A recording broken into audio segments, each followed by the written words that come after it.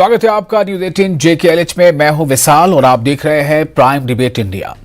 Prime debate में आज चर्चा GKP यानी ग्लोबल कश्मीरी पंडित डायस्पोरा को मिली धमकी की। दरअसल ये जिस तरह की धमकी या जिस अंदाज का थ्रेट है वो आतंकियों की बौखलाहट को ज्यादा उजागर करता है। तो सवाल यह है कि आखिर इस बौखलाहट की वजह क्या है। GKPD और JKVM अगर कोई कार्यक्रम करता है, अपने ऊपर हुए जुल्म का राष्ट्रीय अंतरराष्ट्रीय मंच पर उल्लेख करता है, तो इसमें आतंकी गतिविधियों में शामिल संगठनों को बौखलाहट क्यों होती है। दरअसल GKPD और JKVM दिल्ली में 2 दिवसीय कॉन्क्लेव करने जा रहे हैं। इसके लिए देश विदेश से कई वक्ता इसमें शामिल होने वाले हैं। 25 और 26 फरवरी वाले इस कॉन्क्लेव का थीम राइट टू जस्टिस रखा गया है। हम सभी जानते हैं कि GKPD घाटी में कश्मीरी पंडितों के साथ हुए जुल्म को, जिसे कश्मीरी पंडित जेनोसाइड कहा जाता है, उसे देश विदेश में जिक्र करता रहा है। तो सवाल यह है कि ऐसे में कश्मीर फाइट्स या इस जैसी दूसरी छद्म संगठनों को तिलमिलाहट किस बात पर होती है और क्या इन्हें पाकिस्तान से भी मदद दी जाती है। ऐसे कई सवाल हैं और उससे बढ़कर यह कि क्या इस थ्रेट का GKPD या JKVM जो एक कार्यक्रम करने जा रहे हैं, जो कॉन्क्लेव करने जा रहा है, क्या उस पर कोई असर पड़ेगा। क्या जिस तरह की धमकी या धमकी में जिस तरह का उल्लेख किया गया है कि निगरानी रखी जा रही है, हर एक को मॉनिटर किया जा रहा है, क्या ये ऐसी कॉन्क्लेव या इस तरह के दूसरे कार्यक्रमों को रोकने के लिए उसकी गति को धीमी करने का एक प्रयास है। क्या वो उसमें सफल होंगे। ऐसे कई सवालों का जवाब ढूंढने की कोशिश करेंगे अगले आधे घंटे।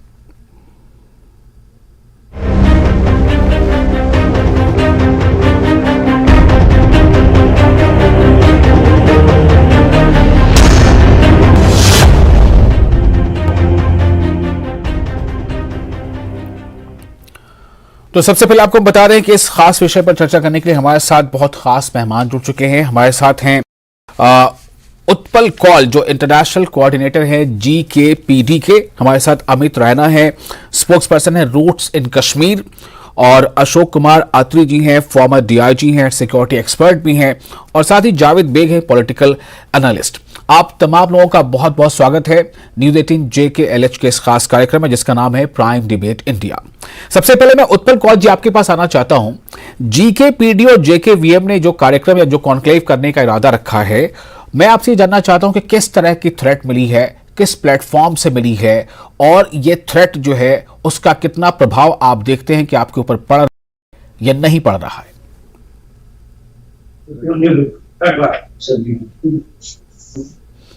पर ये प्रोग्राम आज रखा है और इसके लिए बहुत बहुत शुक्रिया जी। ग्लोबल कश्मीरी पंडित डायस्पोरा जो एक ग्लोबल ऑर्गेनाइजेशन है, और उसके साथ GKVM जम्मू कश्मीर विचार मंच 25 और 26 को साई ऑडिटोरियम नई दिल्ली में एक शानदार और बहुत बड़ा प्रोग्राम कर रहा है, और इसमें हमको देश विदेश से कई डेलीगेट आ रहे हैं। मैं आपको बताना चाहता हूं कि जबकि लगभग 600 की 550-600 ऑडिटोरियम में कैपेसिटी है, लेकिन 1000 लोग इसमें आने की संभावना है जी, क्योंकि पीपुल आर सो एक्साइटेड। पूरी हमको कम से कम 50 डेलीगेट अमेरिका से, यूरोप के दूसरे देशों से, ऑस्ट्रेलिया से, कनाडा से इस कॉन्क्लेव में आ रहे हैं, और भारत के सभी प्रदेशों से जी, जम्मू से लेकर बेंगलोर, तमिलनाडु और बाकी शहरों से इसमें आ रहे हैं। और इसमें हम बात करेंगे कश्मीर में हमारे साथ 32 साल 33 साल में जो जेनोसाइड हुआ, उस हालात पैदा किए गए और 20,000 मकानों को जलाया गया, मंदिरों को जलाया गया, और कई लोगों को 1600 लोगों को, कश्मीरी पंडितों को कैसे मारा गया, ये हम भूलने वाले नहीं हैं। इस बात को हम उजागर करेंगे और उसके साथ साथ उजागर करेंगे कि पिछले 32 सालों से हमारे साथ क्या हुआ और इस वक्त क्या हो रहा है। हम केंद्र सरकार को बताना चाहते हैं कि हमारे साथ क्या हुआ। उत्पल जी, मैं इस पर भी आऊंगा, लेकिन पहले मेरा सवाल ये था कि आपने बताया कि आपके इस कार्यक्रम का उद्देश्य क्या है, लेकिन मैं ये जानना चाहता हूं कि ये जो धमकी मिली है, ये धमकी किस तरह की धमकी, और इस धमकी का ये जो मंच है या जिस प्लेटफॉर्म से धमकी मिली है, इसे आप कितना सीरियस थ्रेट समझते हैं या नहीं समझते हैं, और ये क्यों ये धमकी है या उससे ज्यादा कहीं बौखलाहट है। ये शिकस्त खुर्दा लोग हैं और हम इसको बिल्कुल सीरियसली नहीं ले रहे हैं, क्योंकि हमको पूरा विश्वास है, हमको पूरा भरोसा है भारत की सिक्योरिटी एजेंसीज पर और दिल्ली पुलिस पर, जो इस का संज्ञान ले चुके हैं। और हमको बिल्कुल भी कोई डर की बात नहीं है, और बड़े उत्साह के साथ और बड़े एक्साइटमेंट के साथ पूरी दुनिया से डेलीगेट शामिल होंगे और भारत की नामी पर्सनैलिटियां इसमें स्पीकर्स हैं, संबोधन करेंगे, बातचीत करेंगे। और उसके साथ साथ हम इसमें महाशिवरात्रि का भी 4 घंटे का प्रोग्राम दूसरे दिन कर रहे हैं। हम इसमें बिल्कुल, मैं आपके पास आता हूं उत्पल जी, मैं थोड़ा समय दीजिए, बाकी मेहमानों से फर्स्ट रिएक्शन ले लो, फिर आपके पास आ रहा हूं। हमारे साथ अमित रैना जी हैं, प्रवक्ता हैं रूट्स इन कश्मीर के। अमित जी, ये किसी भी संगठन को, किसी भी ऐसे प्लेटफॉर्म को हक है कि वो अपने ऊपर हो रहे जुल्म के बारे में लोगों को बताए, इंसाफ की गुहार लगाए, इंसाफ की आस जगाए। लेकिन अगर ऐसे किसी कार्यक्रम में किसी मंच से कोई धमकी आती है, कोई संगठन कोई धमकी देता है, तो क्या आपको क्या लगता है कि क्या वो यूं ही कुछ कर जाता है, या फिर ये कि वो उसकी बौखलाहट दिखाता है?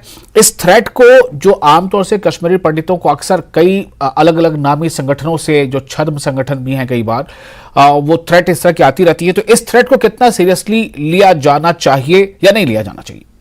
देखिए, पिछले 30 साल का अगर हम इतिहास देखें तो हर थ्रेट जो एक टेरर संगठन से आती है उसको सीरियसली लेना चाहिए। और अगर आप पिछले 3 साल का रिकॉर्ड भी देखें कश्मीर में, तो कश्मीरी पंडितों के लगातार बढ़ते हुए किलिंग को लेकर भी इस थ्रेट को सीरियसली लेना चाहिए। आपको समझना पड़ेगा कि हर थ्रेट कश्मीरी पंडित के नाम पे ही क्यों आती है, चाहे वो पीएम पैकेज का एम्प्लॉय हो, चाहे वो सेक्रेटरीट का एम्प्लॉय हो, या मूल जो कश्मीर से 1990 में जिसने पलायन नहीं किया उसके खिलाफ हो, और आज दिल्ली में हो रहे एक संगठन के कार्यक्रम के खिलाफ। क्योंकि कश्मीरी पंडित का जो क्लेम कश्मीर पे है, एक मूल निवासी होने के कारण, एक अबॉर्जिनी होने के कारण, उसे जुटलाया नहीं जा सकता। दूसरा, कश्मीरी पंडित एक विजिबल रिप्रेजेंटेशन है इंडिया का कश्मीर में। कश्मीरी पंडित एक विजिबल रिप्रेजेंटेशन है सनातन का कश्मीर में, और एक विजिबल है इंडिया का 5000 साल से जो कश्मीर और भारत का और कश्मीर का इतिहास है, जो एक ही इतिहास है, उसका विजिबल सिंबल है। तो ये बराबर निरंतर प्रयास किया जाता है कि कश्मीरी पंडित को कश्मीर से बेदखल किया जाए। और ये 1990 का जो पलायन था, वो यही सोची साजिश समझ में था कि अगर कश्मीरी पंडित को कश्मीर से, कश्मीर के क्लेम से खारिज किया जाता है, तो उसको इस्लामिक देश, एक 100% इस्लामिक रिपब्लिक घोषित करने में आसानी होती है। और निरंतर ये प्रयास चलता जा रहा है। तो आज इसमें किसी को कोई शक नहीं है कि दिल्ली पुलिस या इंटेलिजेंस ब्यूरो या बाकी जो संगठन है वो काम सुदृढ़ता से नहीं करेंगे, मगर एक टेरर संगठन भी अगर सीरियस है तो वो भी अपने काम में कोई कमी नहीं बरतेगा। तो हर थ्रेट जो किसी भी नागरिक के खिलाफ आती है, किसी भी संगठन के खिलाफ आती है, वो भी उस ऐसे टेरर ऑर्गेनाइजेशन से जिसका रिकॉर्ड है टेररिज्म का, वायलेंस का, आपको सीरियसली लेना पड़ेगा। और ये एक और चीज दर्शाता है कि आप कश्मीर में कितनी भी कह दें कि हालत सामान्य है, मगर जब तक कश्मीर में कश्मीरी पंडित वापस जाके सेफ नहीं फील करता है, आप कितना भी क्लेम कर ले, कश्मीर के हालात सामान्य नहीं हो सकते। जी, तो ये जो थ्रेट है, ये थ्रेट मतलब जैसे एक मोडस ऑपरेंडी देखा जा रहा है इन दिनों के, कहीं से कोई व्हाट्सएप मैसेज आ जाता है, कहीं से कोई ईमेल के जरिए से कोई धमकी आ जाती है, तो ये थ्रेट क्या मतलब ये आपस में बिल्कुल सब जुड़े हुए हैं, चाहे वो टीआरएफ हो जाए या कश्मीर फाइट्स हो जाए, मतलब इस थ्रेट के पीछे आप किसका हाथ देखते हैं? मैंने ये सवाल उत्पल जी से भी पूछा था, मुझे लगा कि वो शायद जवाब देंगे थोड़ी देर में, मैं फिर से उनके पास जाऊंगा। अमित जी, इसमें किसका हाथ देखते हैं, और आप क्या ये सिर्फ उनके तरफ से या उनके पीछे भी कोई? देखिए, ये थ्रेट तो बिल्कुल उन लोगों से है जिनको कश्मीर में कश्मीरी हिंदू पसंद है। अब ये थ्रेट जेन्युइन टेरर संगठन से आया है या किसी की मस्करी है या पाकिस्तान पाकिस्तान के प्रॉम्प्टिंग पे थ्रेट गई है, इसका मुआयना सरकारी सिक्योरिटी एजेंसीज ही कर सकती है, क्योंकि जो एक रूट होता है थ्रेट का वेरीफाई करने का और इंटेलिजेंस सोर्सेज होते हैं वो कर सकते हैं। मगर ये थ्रेट है और थ्रेट निरंतर कश्मीरी पंडितों के खिलाफ कश्मीर में रही है, पाकिस्तान से आ रही हो, चाहे सर्टन लोकल पॉपुलेशन से आ रही हो, इसकी एक बात तो बड़ी पुख्ती करता है कि अगर ये टेरर संगठन से नहीं भी है तो कश्मीर में एक ऐसा माइंडसेट है जो कश्मीरी हिंदू को वापस कश्मीर में देखना नहीं चाहता है। तो ये हर एंगल से एक डेंजरस थ्रेट है। चाहे अगर टेरर संगठन की नहीं है, किसी मिसक्रिएंट की है, तो भी ये विजिबल करता है कि कश्मीर में एक सेक्शन है जो कश्मीर हिंदू को वापस देखना नहीं चाहता। शायद वो टेरर ना करता हो, बट कहीं ना कहीं से रास्ता ढूंढता है कि ये वापस ना आए। तो इन्वेस्टिगेशन का मामला है, मगर इसके तह तक जाना पड़ेगा। और अगर ये मिसक्रिएंट्स के थ्रू है तो एक एग्जाम्पल सेट करना पड़ेगा आपको। और अगर टेररिस्ट के थ्रू है तो जो लगातार ऑपरेशन ऑल आउट चल रहा है वो निरंतर चलता रहेगा। जी अमित जी, मैं थोड़ा सा एक छोटा सा सवाल तो फिर से एक बार उत्पल कॉल जिसके साथ सीधे में जाऊंगा अशोक कुमार अत्री जी के पास, फॉर्मर डीआईजी है। सर आप थोड़ा सा वेट कर लेंगे। उत्पल जी, मेरा सवाल यह है कि जीकेपीडी ने इसको उल्लेख किया है, उसको बताया है कि जी थ्रेट मिली है हमें। मैं ये जानना चाहता हूं कि आपने इस बात को बहुत बढ़ चढ़ कर उसने बताया है कि हमें जो देश की सुरक्षा एजेंसियां उसे पूरा भरोसा है। आपने उसमें जो सिविल राइट्स एक्टिविस्ट है उनकी आपने सराहना भी की है। क्या आपने ऐसी जरूरत महसूस की है कि ये जो थ्रेट है इसकी बाकायदा एक शिकायत दर्ज कराई जाए पुलिस में या सिक्योरिटी एजेंसी में, या आपने करा दी हो? शायद शिकायत दर्ज कराई है और सीनियर ऑफिसरों से भी मिलेंगे और उनको इसकी पूरी जानकारी होगी। और मुझे पूरा भरोसा है कि जितनी भी एजेंसियां हैं सरकार की उनके संज्ञान में ये आएगा, क्योंकि ये सुबह से ही सारे नेशनल चैनलों पर इसकी न्यूज है और इसकी मैसेज पूरी सरकार को भी गई होगी जो इसका संज्ञान लेंगे।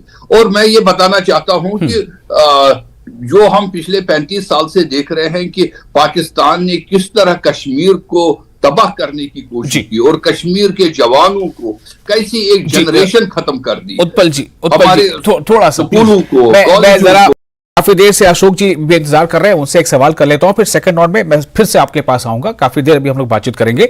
हमारे साथ अशोक कुमार अत्री हैं, फॉर्मर डीआईजी और सिक्योरिटी एक्सपर्ट भी हैं। सर आप इस जो पूरा जो कॉन्क्लेव अभी होने जा रहा है, और इस कॉन्क्लेव में देश ही नहीं बल्कि विदेशों से भी इसमें पार्टिसिपेंट्स आएंगे, वक्ता होंगे या व्याख्याता होंगे, और उसको इस तरह का थ्रेट मिलना क्या दर्शाता है? ये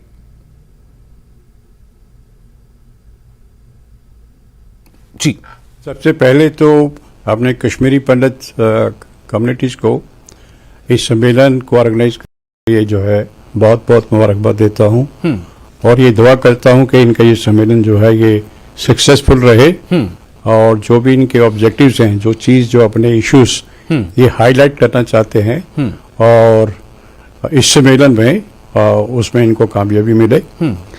जहाँ तक थ्रेट का सवाल है, मैं ये कहूँगा कि जैसे कि सोशल मीडिया में आजकल एक अक्सर देखा गया है कि बहुत सी प्लांटेड स्टोरीज और फेक न्यूज़, बहुत सी ऐसी चीज़ें सोशल मीडिया पे वायरल होती हैं।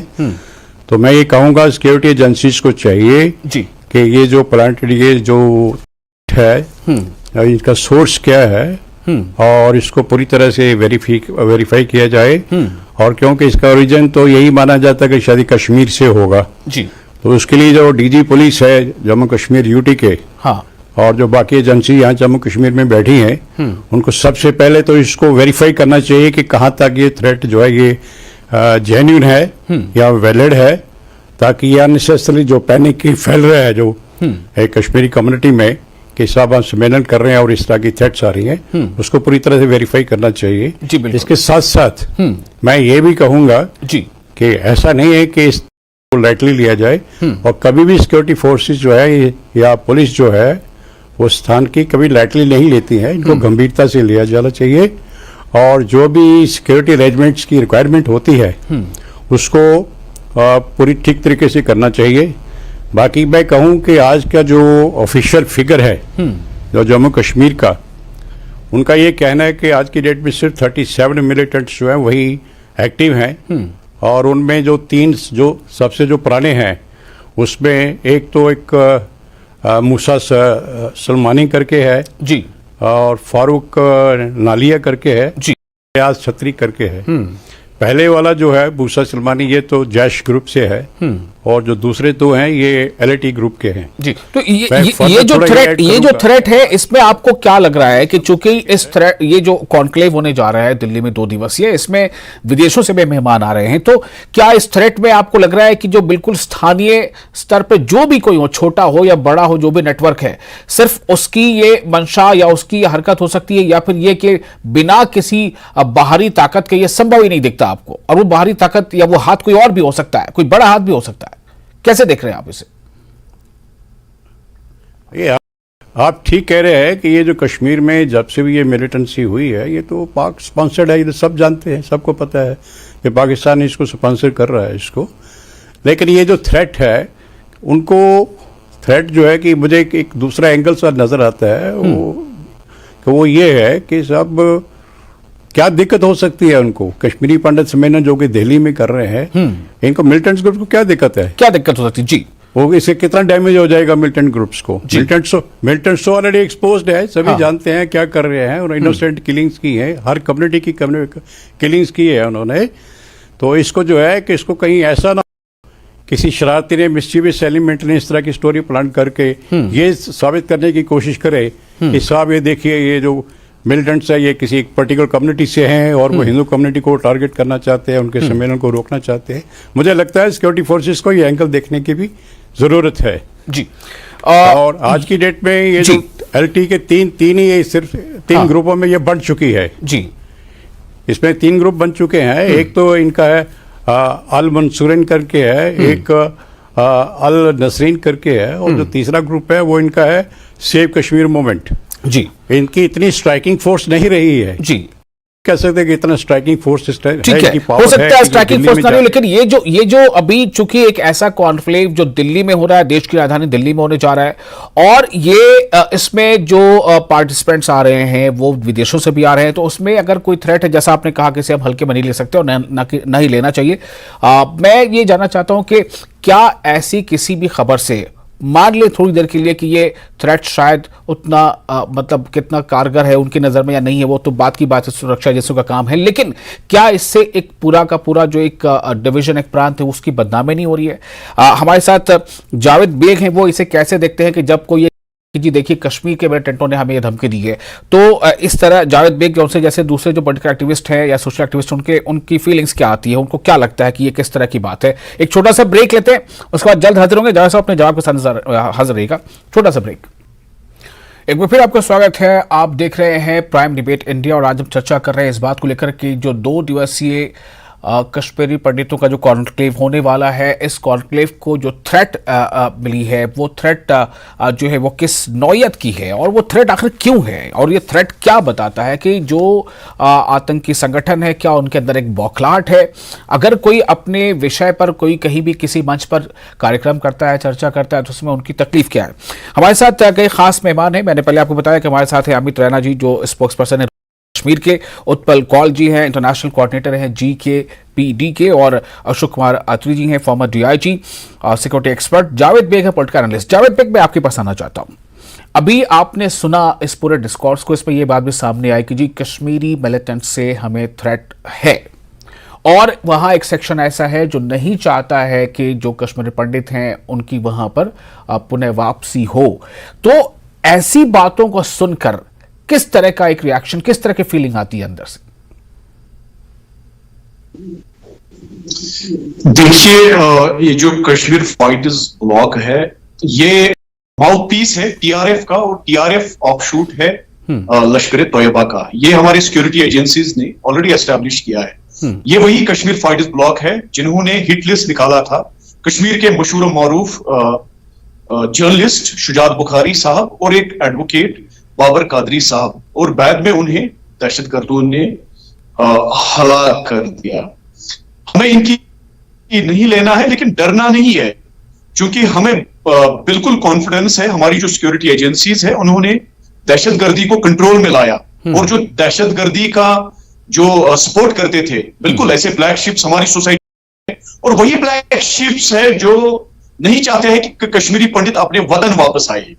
ऐसे ब्लैक शीप्स हर एक सोसाइटी में है, लेकिन बदकिस्मती से हमारे समाज में वो ज्यादा थे। पिछले 30 साल के नामसाइद हालातों में उनका कलीदी रोल था, लेकिन हाँ, वक्त ने उन्हें भी एक सबक सिखाया। अब बिल्कुल एक सोच है यहाँ पे, एक तबका ऐसा है यहाँ पे जो आपसे भी नफरत करते हैं, मुझसे भी नफरत करते हैं, हमारे अमित रैना जी से भी नफरत करते हैं। अमित रैना जी है जितना जावेद बेग है, लेकिन हाँ वो तबका इनसे नफरत करता है। बिल्कुल इनके जिंदगी का जो फलसफा, इनके जो बिलीफ सिस्टम है, तो वो तबका ज्यादा देर यहाँ टिकने वाला नहीं है। बिल्कुल कुदरत उन्हें एक सबक सिखाएगी। उनकी वजह से हमारा समाज तबाह हुआ, हमारी एक खूबसूरत जो हमारा कश्मीर था वो तबाह हुआ। लेकिन खुशी इस बात की है कि अब हर एक चीज कंट्रोल में है। जो ये कॉन्क्लेव होने जा रहा है उस कॉन्क्लेव पे कोई असर नहीं पड़ना चाहिए। लेकिन हाँ, मैं गुजारिश करूंगा आपके चैनल के माध्यम से हमारी सिक्योरिटी एजेंसी से कि जो ये कश्मीर फाइटर्स ब्लॉक है, सुनने में आया था सजाद गुल नामी एक दहशतगर्द है जो पार बैठकर यहां लोगों को आइडेंटिफाई करके, उन लोगों को जो कश्मीर की जो तामीर नाव है उस प्रोसेस में लगे हुए हैं, उनमें कोई सोशल एक्टिविस्ट है, पॉलिटिकल एक्टिविस्ट है या कश्मीरी पंडित जो प्रोमिनेंट या पब्लिक फिगर्स है, उनके नाम आए हैं। अभी कल ही मुझे भी एक सिक्योरिटी एजेंसी से पता चला कि मेरा भी नाम उसमें है, हालांकि मैं इंसानियत का काम कर रहा हूं। यहाँ कश्मीर को जो पिछले 30 साल से जो नामसैद हालात की वजह से नुकसान हुए, जिसमें सबसे बड़ा नुकसान यह है कि कश्मीरी पंडित और कश्मीरी मुसलमान अलग हो गए। तो मैं रिकंसिलेटरी एजेंट बनकर रिकंसिलेशन के प्रोसेस में लगा हुआ हूं। ये तो गॉडली वर्क है। इसी तरह बाकी हमारे दोस्त, बाकी पैनलिस्ट है, ये भी तो चाहते हैं कश्मीर में अमन आए, खुशहाली हो, तरक्की हो। अब इसमें मेरा नाम भी उनने डाल दिया, जो बिल्कुल इससे बड़ी तशवीश हुई है मुझमें, मेरे घराने में। लेकिन खुशी इस बात की है कि ये सारी चीजें अंडर कंट्रोल है।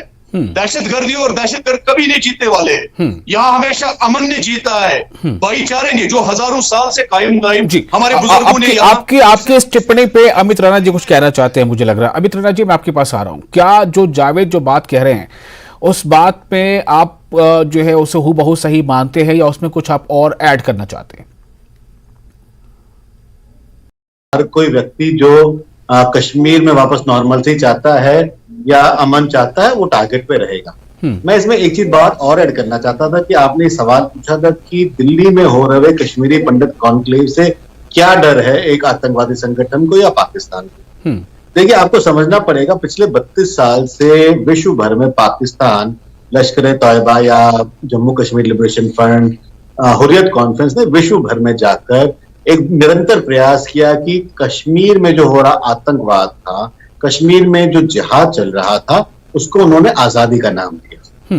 और हर बार उन्होंने इंडिया ट्राइंग स्टेट दिखाने की कोशिश किया, हर बार उन्होंने हमारी फौज को बदनाम करने की कोशिश किया, और उस झूठ का पर्दाफाश हमेशा कश्मीरी पंडितों ने किया। क्योंकि कश्मीरी पंडितों ने एक विजिबल खड़े होकर, एक पार्ट ऑफ कश्मीर का खड़ा होकर, कश्मीरी, मैं कहूँ कश्मीरी पंडित सेकेंडरी, बट एक सेक्शन कश्मीर का जिसने खड़ा होकर कहा कि ये गलत है, क्योंकि जुल्म अगर हुआ है तो एक सर्टेन कम्युनिटी के साथ, एक सर्टेन सेक्शन के साथ कश्मीर में हुआ, जो पाकिस्तान के कहने पे हुआ। तो पिछले 32 साल से पाकिस्तान के कश्मीर एजेंडा और नैरेटिव में जो सबसे बड़ी ब्लॉकेड रही है, जो बाधा रही है, वो कश्मीरी पंडित कम्युनिटी रही है। तो कहीं पे भी अगर कश्मीरी पंडित कम्युनिटी एक कॉन्क्लेव करता है, एक कार्यक्रम करता है, तो उसमें टेरर संगठन, उसमें जो ये सेपरेटिस्ट है, उसमें पाकिस्तान है, बार बार एक्सपोज होते हैं क्योंकि सच निकल कर सामने आता है। तो ये उनको डराता है और ये प्रयास उनका निरंतर रहता है कि ऐसे सेमिनार्स ना हो, ऐसे कॉन्क्लेव्स ना हो,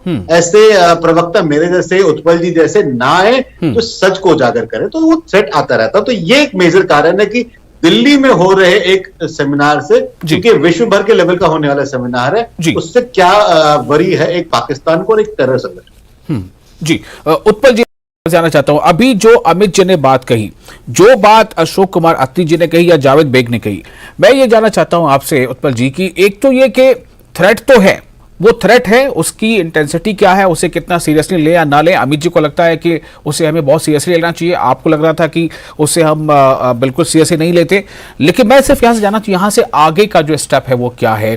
क्या इस कॉन्क्लेव के बाद अगर थ्रेट है तो क्या इस तरह का है कि दिल्ली में कुछ कहीं वो कुछ अपनी नापाक हरकत करने की कोशिश ना करें, या फिर ये कि कॉन्क्लेव के बाद जो लोग अपने अपने जगह पर जाएंगे, मतलब किस तरह का एक परसेप्शन सोच हो सकती है, और फिर इससे क्या एक मतलब एक बदनामी इस पर इसको कहीं एक डर तो नहीं पैदा हो जा रहा है कि लोग आए या ना आए कॉन्क्लेव में? उत्पल जी, सबसे पहले मैं बताना चाहता हूं कि जो ये टेररिस्ट है, जो ये आतंकवादी है, दहशतगर्द है, इन्होंने कश्मीर को बदनाम किया है। और ये जो कल इन्होंने सोशल मीडिया पर ये थ्रेट लेटर भेजी है और आज सारे हिंदुस्तान की चैनलें और बाकी चैनलें इसको चला रही हैं, तो इसको पूरे कश्मीर को ये बदनाम करना चाहते हैं। ये कश्मीर की मेजॉरिटी कम्युनिटी को बदनाम करना चाहते हैं। और जबकि कुछ दहशतगर्द है और हम सबको पता है कि इनको पाकिस्तान का सपोर्ट है और ये नहीं चाहते हैं कि कश्मीरी हिंदू कश्मीर वापस चले जाएं। और जितने भी इनोसेंट कश्मीरी पंडित, कुछ लोग वहां पर गए नौकरी करने के लिए और उनको भी उन्होंने नहीं बख्शा। तो इसलिए मैं अपील करता हूं, जो कश्मीर की मेजॉरिटी कम्युनिटी है वो आगे आकर खुलकर इन आतंकवादियों को, दहशतगर्दों को आइसोलेट करे और कश्मीर को पीस और प्रॉस्पेरिटी जो है, कश्मीर एक दुनिया का एक ऐसा हम सबसे बड़ा खूबसूरत जो जगह है, इसको खूबसूरत दीजिए। ये एक हम पढ़ने लिखने की जगह है। It is the fountain head of Indian culture, it is the fountain head of knowledge and wisdom. तो इस कश्मीर को हम ऐसे बनाए जो दुनिया को सितारे की तरह दुनिया में चमक चमके, ऐसे कश्मीर का हम निर्माण करना चाहते हैं, बनाना चाहते हैं। और उसमें कश्मीरी हिंदू जल्दी से जल्दी कश्मीर वापस जाकर कश्मीर को एक बहुत ही बड़े दर्जे पर दुनिया भर में पहुंचाएगा। इसके लिए हम सब इकट्ठे काम करने को तैयार हैं। जी उत्पल जी, एक सवाल यहाँ पर और है। अगर इस कॉन्क्लेव को जिसमें देश विदेश के मेहमान आ रहे हैं, अगर में किसी भी तरह की कोई ये जो थ्रेट सोशल मीडिया के जरिए से किसी भी तरह करता है, इसका मतलब है कि वो अपने लिए इस कॉन्क्लेव के होने को नुकसानदेह समझता है और इसीलिए वो चाहता है कि इसको रोका जाए या इसमें आने वाले जो लोग हैं उनको उनके अंदर एक डर पैदा किया जाए ताकि वो उस तरह से इसमें शामिल ना हो पाए। मैं ये जानना चाहता हूं कि उन्हें क्या फायदा हो सकता है इसका? आपको क्या लगता है कि अगर कोई भी ऐसी शक्ति है, कोई भी ऐसी ताकत है, छोटी या बड़ी, उनका फायदा क्या है इस कॉन्क्लेव को ना होने देने में? सबसे ज्यादा तो वही दहशतगर्द जानते हैं कि उनका उसमें क्या मकसद है, उनका क्या हो सकता है। और लेकिन पाकिस्तान चुपचाप करके नहीं बैठ सकता, जबकि उनको इस वक्त हालात, उनको खाने को कुछ नहीं है। लेकिन वो कुछ ना कुछ कश्मीर में जैसे पिछले 70 साल से करते रह रहे हैं और वो कुछ ना कुछ करते रहेंगे। और इसलिए आज उन्होंने मौका देखा, क्योंकि हम 15-20 साल के बाद इतना बहुत बड़ा कॉन्क्लेव कर रहे हैं, तो वो समझते हैं कि वो एक्सपोज हो जाएंगे इससे, तो ये डराने धमकाने का काम कर रहे हैं। और हमने सिक्योरिटी, हमको पूरा विश्वास है कि भारत की सिक्योरिटी एजेंसीज पर वो इसका पूरा संज्ञान लेंगे, पूरी सिक्योरिटी होगी और सारे जितने भी डेलीगेट दुनिया भर से यहाँ से आएंगे वो सब होंगे। जी अशोक कुमार अत्री साहब, मेरा सवाल आपसे भी यही रहेगा, अगर कोई चाहता है कि ये कॉन्क्लेव ना हो और उसके ना होने देने के लिए वो तरह तरह के वो थ्रेट या धमकी या जो भी है, तो अगर वो चाहता है इसका मतलब है कि उसका कोई नुकसान है इससे, और अगर होगा तो नुकसान होगा, कॉन्क्लेव नहीं होगा तो उसका फायदा होगा। क्या मेरा सवाल आप समझ पा रहे हैं और इसका उत्तर क्या है आपके पास? मैं आपका सवाल प्रश्न समझ गया हूँ जी। मैं एक बार फिर कहूँगा कि आजकल जो हमारे पास टेक्नोलॉजी अवेलेबल है और इस थ्रेट सोर्स को जो है तक पहुँचना जो है, चाहे सोशल मीडिया हो, व्हाट्सएप हो, कोई भी साधन, कोई भी जरिया हो, कोई भी इसका सोशल मीडिया का तरीका हो, वहाँ तक पहुँचा जा सकता है। पता लगाया जा सकता है कि साहब ये थ्रेट कहाँ से आई है और कैसे आई है। सिक्योरिटी फोर्सेस जो है उनके पास इतनी टेक्नोलॉजी है कि हम वहाँ तक पहुँच सकते हैं। पहले सिक्योरिटी फोर्सेस को ये कोशिश करनी चाहिए कि इस सोर्स के रीजन तक पहुँचना चाहिए, नंबर 1। और नंबर 2 ये है, क्योंकि ये जो हमारी पंडित कम्युनिटी है, मैं तो समझता हूँ कि कश्मीर जो है, कश्मीर वैली जो है, पंडितों के बिना अधूरी है। जब तक ये कश्मीर नहीं जाएंगे, कश्मीर जो है अधूरा है, इनके बगैर कश्मीर का कोई माने नहीं रखता है। और बाकी रहा थ्रेट से ये है कि ये काफ़ी इनके साथ ज्यादतियाँ हुई हैं, इसमें कोई शक नहीं है। बहुत से किलिंग्स हुई हैं और मैं कश्मीर में ही पोस्टेड था थोड़ा उस वक्त जब ये अब्बा कत्ल में या टपलू साहब को मारा गया। हमारे एक सेकंड जज थे, वहाँ बैठे रहते थे करनगर में, उनकी डेथ हुई। अब्बा कत्ल में एक डेथ हुई टपलू साहब की। उसके बाद ये सारा हुआ, ये इनको जम्मू आना पड़ा। उस वक्त मेरे जगमोहन साहब गवर्नर थे और शायद दिल्ली में वाजपेयी साहब की सरकार थी। तो इन लोगों को रातों रात ही वहाँ से निकाल के यहाँ लाया गया। तो मैं तो चाहता हूँ, मैं विश करता हूँ ईमानदारी से, जो है उस परमात्मा से विश करता हूँ कि ये तब तक कश्मीर अधूरा है जब तक कश्मीरी पंडितों को वापस कश्मीर में नहीं लिया जा सकता, नहीं वहाँ रखा जाता। और गवर्नमेंट की ये जिम्मेवारी है, ये रिस्पॉन्सिबिलिटी है कि इनको जो भी सिक्योरिटी जो है पूरी सिक्योरिटी इनको दी जानी चाहिए। और कोई ये नामुमकिन नहीं है कि सब इनको सिक्योरिटी नहीं दी जा सकती है। पहले भी हालात बहुत खराब हुए थे 90 के बाद, काफी कुछ था। यहाँ सिक्योरिटी जोन बनाए गए और सिक्योरिटी के साथ उनको एम्प्लॉइज को सेक्टर लिया जा सकता, ले जाते थे, वापस लाया करते थे जी। इसी तरह से अगर कोई सिक्योरिटी जोन बना के और उनको पूरी सिक्योरिटी प्रोवाइड करके, जहाँ जहाँ भी ये एम्प्लॉइज भी हमारे कश्मीरी पंडित यहाँ बैठे हैं, कुछ SC/ST की कम्युनिटी के लोग भी जो कश्मीर में नौकरी कर रहे हैं और बहुत से लोग हैं जो भी कश्मीर में नौकरी कर रहे हैं, अगर इसको सीरियसली लिया जाए तो इनको सिक्योरिटी का जो है एंगल देखा जा सकता है, सिक्योरिटी प्रोवाइड की जा सकती है। और इनकी आपने एक बड़ी बात कह दी कि कश्मीर जो है जितना खूबसूरत है और जितना वो शोहरत याफ्ता है, मशहूर है, उतना ही शायद इस मामले में थोड़ा अभागा है कि वहां पर वो खालीपन है, वहां अधूरापन है, वहां खालीपन है। जब तक कश्मीरी पंडित नहीं जाएंगे तो कश्मीर की खूबसूरती जो है वो मुकम्मल नहीं होगी। हम इससे बात करेंगे, छोटा सा ब्रेक अभी हमें और लेना पड़ेगा। अमित रैना जी और जावेद जी आपके पास में आऊंगा, छोटा सा ब्रेक के बाद एक बार फिर आपका स्वागत है। आप देख रहे हैं प्राइम डिबेट इंडिया। चर्चा हो रही है जो 2 दिवसीय कॉन्क्लेव होनी है कश्मीरी पंडितों की दिल्ली में, उसको लेकर, जिसमें देश ही नहीं बल्कि विदेशों से भी मेहमान जुटने वाले हैं और उस पर चर्चा होगी। उसके उद्देश्यों के बारे में उत्पल जी ने हमें शुरू में पहले ही बताया कि उसका उद्देश्य क्या है। मैं ये जानना चाहता हूं, अब उत्पल जी मैं आपके पास आने से पहले मैं दरअसल एक कमेंट ले लेता हूं जावेद जी से। जावेद जी, पॉलिटिकल एनालिस्ट, सोशल एक्टिविस्ट के तौर पर मैं आपसे ये जानना चाहता हूं कि ये दाग कब तक आखिर जम्मू कश्मीर या कश्मीर की आवाम अपने ऊपर लेती रहेगी कि जी हमारी वजह कर कश्मीरी पंडित जो है वो वापस अपने मकाम, अपने वतन नहीं आ पा रहे पूरे तौर पर? साहब, जब तक हमारे कश्मीरी पंडित भाइयों का आखिरी जो हमारा फैमिली मेंबर है वो अपने घर आकर फिर से बसे ना, खुशहाल और अमन से ना रहे, तब तक ये दाग हमारे माथे पे है और ये तब तक नहीं धुलेगा ये दाग जब तक आखिरी कश्मीरी पंडित कश्मीर रवाना ना हो और यहाँ इज्जत और आबरू की जिंदगी गुजारे और पुरअमन जिंदगी गुजारे। उसके लिए हमारी जो सिविल सोसाइटी है, ये चीजें सिर्फ एडमिनिस्ट्रेशन तक ही हमें नहीं रखनी है। सिविल एडमिनिस्ट्रेशन के साथ साथ सिक्योरिटी एजेंसी के साथ साथ सिविल सोसाइटी को पहलकदमी दिखानी है, तब जाकर ये पॉसिबल होगा। और जो दाग हमें लगा है, जिससे हम छोटे बच्चे थे, हमें पता भी नहीं उस वक्त क्या हुआ, आज के डेट में हम हकीकत में, मैं बड़ा शर्मिंदा होता हूं जब मेरे कश्मीरी पंडित भाई जगती कैंप में जिस मुश्किल तरीके से जिंदगी गुजार रहे हैं पिछले 3 दहाइयों से, मुझे बर्दाश्त नहीं होता है जी। और जिन लोगों ने ये किया, उन लोगों में से बहुत सारे लोगों को, और एक तो ऊपर वाले ने सजा दी, लेकिन बहुत सारे लोग ऐसे हैं जिन्हें अभी तक सजा नहीं मिली है।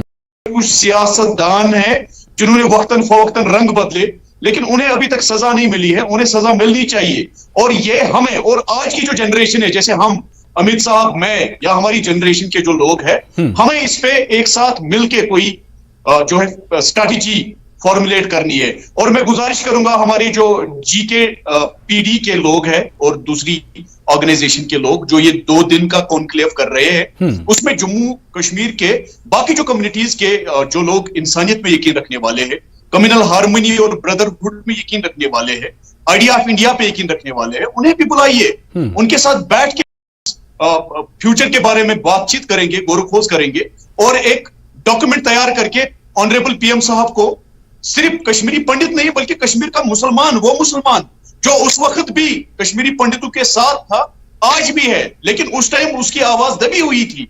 आज वो दबा हुआ मुसलमान यहाँ पे नहीं है, आज जावेद बेग जैसे हजारों लोग यहाँ पे हैं जो कश्मीरी पंडितों के साथ शाना बशाना खड़े हैं, उनके साथ कदमों के साथ कदम मिलाकर वापस यहाँ कश्मीर उनके साथ रहने के लिए तैयार है।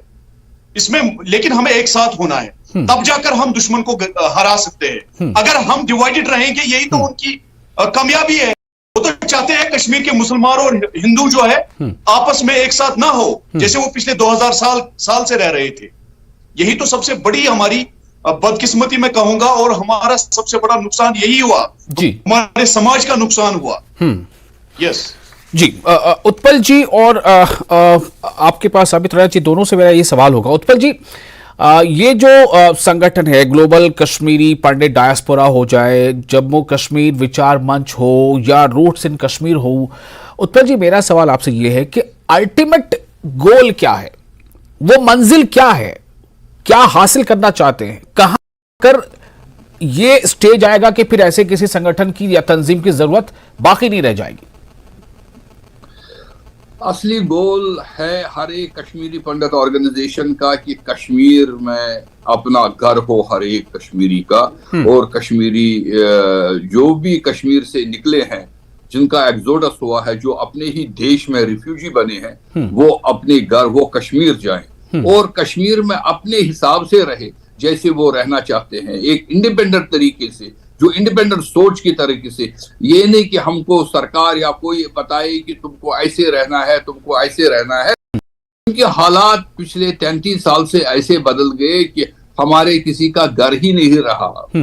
तो इन ऐसे हालातों को एक नई सोच की जरूरत है, और सबके दिल में, चाहे इंडिविजुअल कोई कश्मीरी हिंदू है या ये कश्मीरी पंडित है या कोई ऑर्गेनाइजेशन का है, हर एक का एम है कि हम जल्दी से जल्दी कश्मीर कैसे जाएं। जी, यही सवाल मेरा अमित जी आपसे भी रहेगा। देखिए, पहले आपने एक सवाल पूछा था कि टेरर ऑर्गेनाइजेशंस को क्या फायदा है इससे। उनको फायदा तो नहीं है इस ऑर्गेनाइजेशन के ना होने से, इस इवेंट के ना होने से, बट उनका नुकसान जरूर होता है। नुकसान इसलिए होता है कि इस इवेंट से दो चीजें होती हैं। एक, कश्मीरी पंडित का क्लेम वापस कश्मीर पे बराबर बना रहता है और जग जाहिर हो जाता है कि कश्मीरी पंडित वापस जाना चाहते हैं, क्योंकि एक नैरेटिव चलाया जाता है कि कश्मीरी पंडित वापस नहीं जाना चाहते। तो एक ये होता है। दूसरा जो निरंतर होता जा रहा है, जो बार बार वो एक्सपोज होते हैं, जो उनकी मनगढ़ंत बातें वो दोबारा एक्सपोज होती हैं, और वो फिर विश्व के सामने फिर से एक्सपोज हो जाते हैं कि कश्मीर में जो चल रहा है वो आतंकवाद चल रहा है, उसके अलावा कुछ नहीं। जहां तक की बात है, देखिए पिछले 1400 साल के इतिहास में 7वां पलायन है कश्मीर में, और इसके कई कारण रहे हैं। मैं उन कारणों पर अभी नहीं जाना चाहूंगा। अब चूंकि हम लोग कंक्लूजन की तरफ जा रहे हैं, इसलिए मैं चाहूंगा कि संक्षेप में थोड़ा बताएं कि अल्टीमेट गोल क्या है, ये GKPD का या रूट्स इन कश्मीर का अल्टीमेट गोल क्या है? सबका एक ही, मैं संक्षेप में जाना चाहूंगा, मैं उन कारणों में नहीं जाना चाहूंगा। हमारा एक ही गोल है कि हम वापस कश्मीर जाएं, मगर आप अगर वापस जाते हैं तो वन प्लेस सेटलमेंट में जाएंगे, जहां पे सारे कश्मीरी पंडित एक साथ रहेंगे। मैं ये नहीं कह रहा हूं कि बाकी समुदाय के लोग नहीं रहेंगे वहां पे, बिल्कुल समुदाय के लोग वहां साथ रह सकते हैं, मगर कश्मीरी पंडित का हमेशा एक नंबर, क्योंकि एक अबॉर्जिनी था, मूल निवासी था, पूरे कश्मीर में बिखरा हुआ था, तो इसलिए नंबर के रहते हुए हमेशा मारा जाता था। उस एजेंडा को वापस दोबारा ना डिफीट हो, वापस ना हो, उसका पलायन वापस ना हो, इसलिए कश्मीरी पंडित वापस जाएगा, अपनी शर्तों पे जाएगा और वन प्लेस सेटलमेंट में जाएगा, उसके अलावा नहीं तो नहीं। जी, उत्पल जी, ये अभी जो 2 दिवसीय आपका कॉन्क्लेव होगा, और इसके बाद फिर और भी कई मंचों से इस तरह की बातें होंगी, कोशिशें होंगी, दुनिया को बताने की भी कोशिश होगी और ये एहसास दिलाने की भी कोशिश होगी कि हम वहां से जुड़े हुए हैं। रूट्स इन कश्मीर में शायद इसलिए है कि हम वहां से कटे नहीं है, जुड़े हुए हैं। मैं जानना चाहता हूं कि ये जो सफर है, कितना पड़ाव पूरा कर लिया आपने, और इस कॉन्क्लेव से कितना और पूरा कर लेंगे? ये एक जिसको बोलते हैं it is a one step. हम पिछले 32 साल से अपने घर के लिए लड़ाई लड़ रहे हैं, तो इसलिए हम इसका डेट नहीं बता सकते, लेकिन हम जल्दी से जल्दी कामयाब होंगे। और जैसे अमित जी के साथ मैं बिल्कुल सहमत हूं, हमारा जो रेजोल्यूशन है कई सालों से कि we want a one place settlement, उसका रीजन ये है कि हिंदू के का एक इथनिक ग्रुप है। हमारी कई मान्यताएं हैं, जैसे कि हम शिवरात्रि को हेरथ मनाते हैं जी। तो ये सारे भारत में सारे हिंदू हैं, लेकिन हर एक रीजन के अपने रीति रिवाज है और उन रीति रिवाजों को कायम रखने के लिए हमको कश्मीर वापस जाना है, हमको कश्मीरी लैंग्वेज बचानी है, हमको कश्मीर बचाना है। इसलिए वन प्लेस सेटलमेंट एक पहला इसमें एक कामयाबी होगी जो हम बिल्कुल पाना चाहते हैं। जी अब मैं इधर आना चाहूंगा जरा एक सवाल लेकर के, चूंकि आप सिक्योरिटी के एक्सपर्ट हैं अशोक, जो सेटलमेंट या जो इनका अल्टीमेट गोल है उसमें क्या लगता है आपको कि किन किन सेक्शन ऑफ सोसाइटी की भागीदारी चाहिए और कितना उसके लिए माहौल साजगार अभी है या नहीं? देखिए ऐसा है कि ये जो जेकेपीडी का या जीकेवीएम वालों का ये कॉन्क्लेव हो रहा है, और मैं ये चाहूँगा कि गवर्नमेंट जो है, हमारी सेंट्रल गवर्नमेंट जो है जी, इसका कॉग्निजेंस ले। इनके हर एक जो पॉइंट्स जो हाईलाइट इस कॉन्क्लेव में होंगे कि ये लोग परेशान हैं। मैं खुद कश्मीर में मैंने बहुत ज़्यादा काफ़ी मिलिटेंसी के टाइम में भी मैंने बहुत ज़्यादा वहाँ नौकरी की है जी, और मैं देखता था कि ये लोग इनके अपने जो घर थे कश्मीर में, चाहे वो रूरल एरिया में थे या अर्बन में थे, इनका 10-10, 20-20 कमरों का मकान था। ये एक बड़ी अच्छी कंफर्टेबल लाइफ ये लोग लीड करते थे, फ्री मोमेंट थी इनकी। और जब इनको यहाँ आना पड़ा तो यहाँ के कैंपों में रहना पड़ा और एक कैंप में 10 मेरा सवाल लोग रहते थे। कुछ खाने कुछ मैं आता हूँ आपके पॉइंट पे आता हूँ। तो मेरा कॉन्क्लेव में यही होगा कि ये जो इस तरह के जो मैं समझता हूँ कि कॉन्क्लेव में हाईलाइट होंगे, गवर्नमेंट की ये रिस्पॉन्सिबिलिटी बनती है कि इनका कॉग्निजेंस, सीरियस कॉग्निजेंस ले। और जो मैंने सुना है कि सभी कश्मीरी कम्युनिटी यही चाहती है, वापस जाना चाहते हैं और इज्जत के साथ जाना चाहते हैं, एक रिस्पेक्टेबल लाइफ वहाँ लीड करना चाहते हैं। और मुझे लगता है कि इसमें अभी थोड़ा सा टाइम लगेगा, टाइम इन द सेंस कि जब तक ये अभी तक ये जो वहाँ मिलिटेंसी टेररिज्म है, और मेरी नॉलेज के मुताबिक अभी भी वहाँ 5-6 ग्रुप जो हैं अभी भी जो वहाँ पे अभी एक्टिव हैं जी।